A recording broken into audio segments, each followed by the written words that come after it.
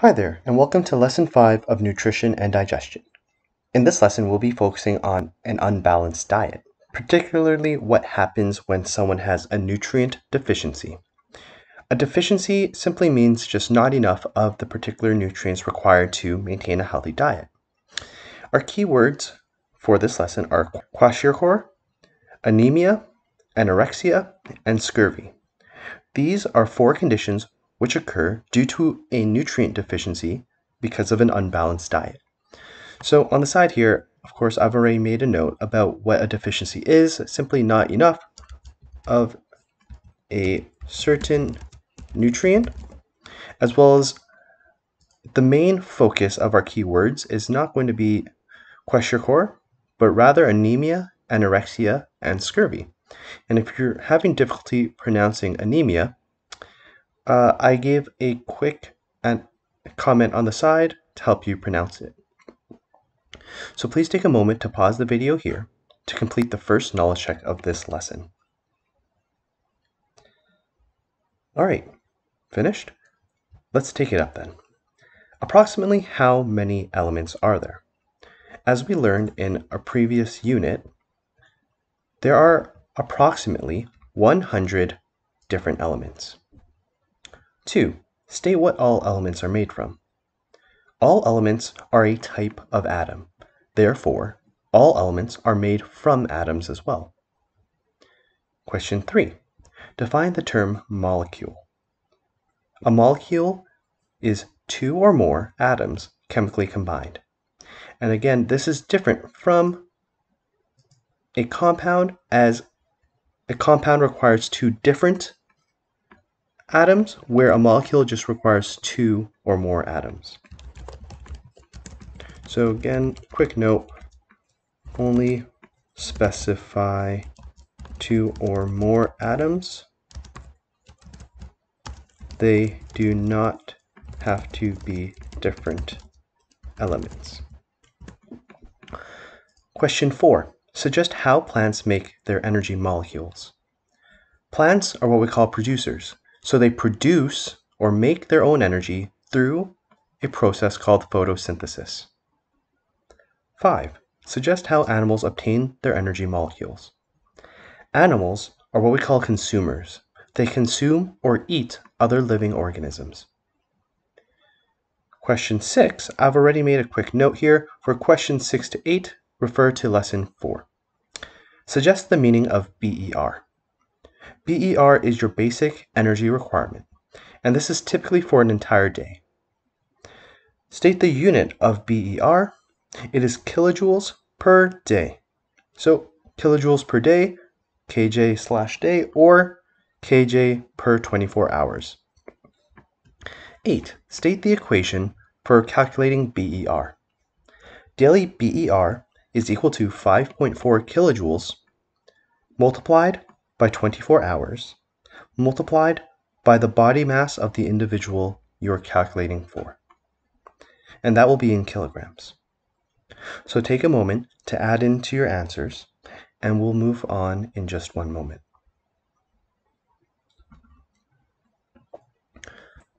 So, as we said earlier, the overview of this lesson is to identify the major conditions associated with nutrient deficiencies. And nutrient deficiencies has been highlighted here, as we want to focus on what a deficiency is and how it occurs. Nutrient deficiencies are a lack of certain nutrients resulting in health issues. The main nutrient deficiency, or the broadest term that we're going to look at, is malnutrition. Malnutrition is literally defined as bad diet. And this comes from the Latin prefix with mal meaning bad or poor, and of course, nutrition, we understand, is related to nutrients. And something important to keep in mind is malnutrition can be a result of too much as well as too little of a particular nutrient group. And the reason is, of course, if we have too much of something, say sugars or fats, we understand that it could result in poor health or poor diet. Likewise, if we have too little of our fats, proteins, or carbohydrates, This can also result in poor diet. In this lesson, we're going to look at many different nutrient deficiencies, but focus on the caused by a lack of a particular nutritional group. Some people in the world simply do not get enough food and therefore are suffering from starvation. However, equally as life-threatening can be a lack of a particular nutrient group. And this is extremely common for people living in developing nations or areas of poverty. Many of the people who suffer most from nutrient deficiencies are unfortunately children. Please take a look at this BBC clip as a reminder of the food groups that we need. It will be linked in the description section below. So, we're going to quickly talk about the most common deficiency diseases in which are caused. So first, we're going to talk about the most common deficiency diseases. First, we have anorexia.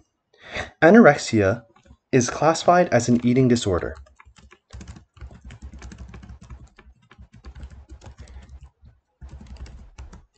And anorexia itself is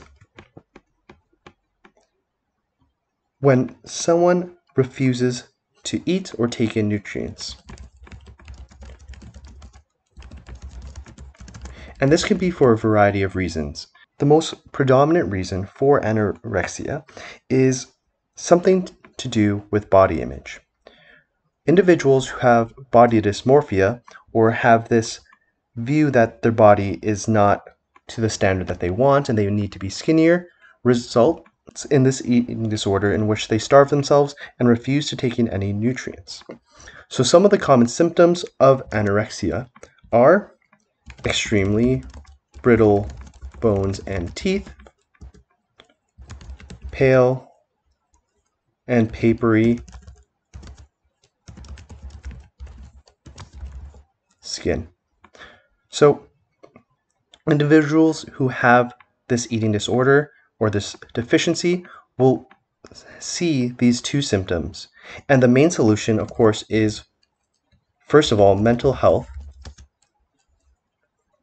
or mental illness assistance. And then slowly, here, let me quickly do that.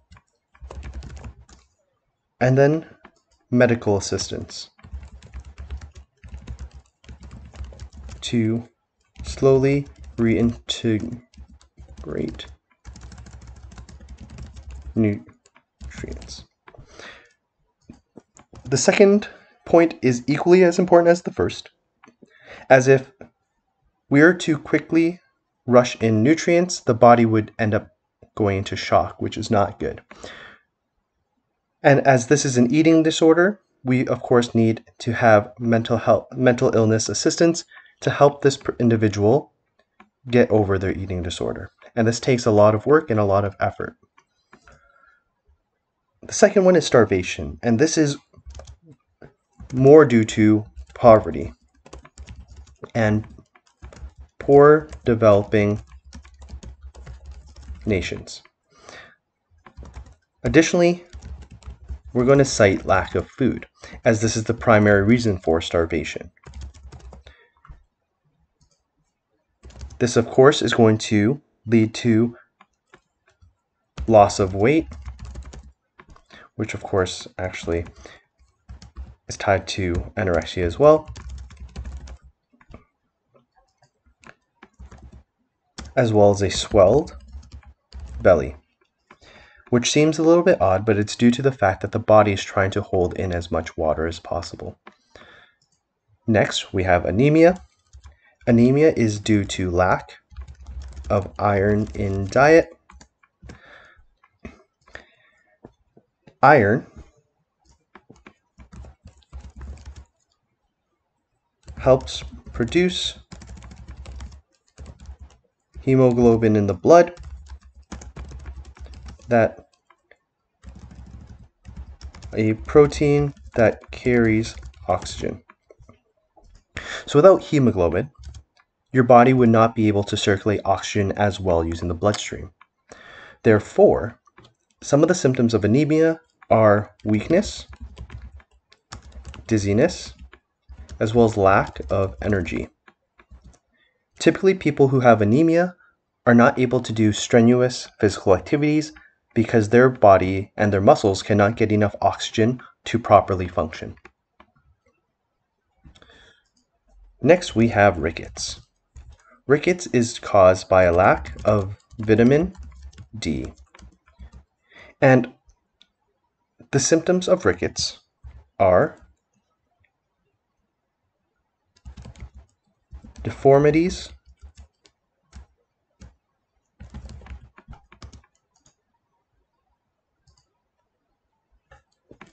in the development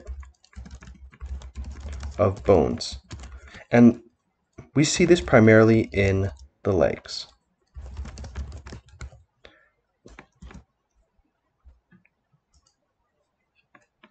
Next, we have scurvy, which is a lack of vitamin C. So, scurvy is caused by a lack of vitamin C, and it results in poor immune system, as well as welts on your body, and also swelling of the gums. And this can be particularly painful.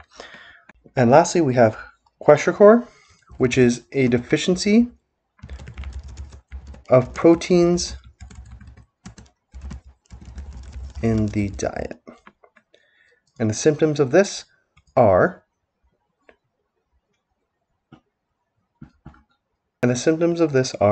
fatigue and weakness. And as this progresses, it results in growth deficiencies. This particularly happens in children, and because of this, many children, especially in developing areas or poverty-stricken areas that do not have enough food or nutrients, are not able to grow to an appropriate level. So, moving forward, in a previous lesson, we looked at our own energy needs and calculated our basic energy requirements. But we're going to now look to see if our daily intake of individual nutrients is enough to meet our needs. In the table below, list all that you eat and drink on an average day. Now that you're finished taking down your average diet per day, please compare your results to that of a 12-year-old boy or girl, and write a comment in the box below of how you compare to this value. Do you compare higher in the amount of kilojoules that you consume per day, or do you have a lower amount? What does your typical diet look like? These are questions in which you should ask yourself. And once you're done, please take a moment to complete the last knowledge check of this lesson. Pause the video here, and we'll take it up in just a moment.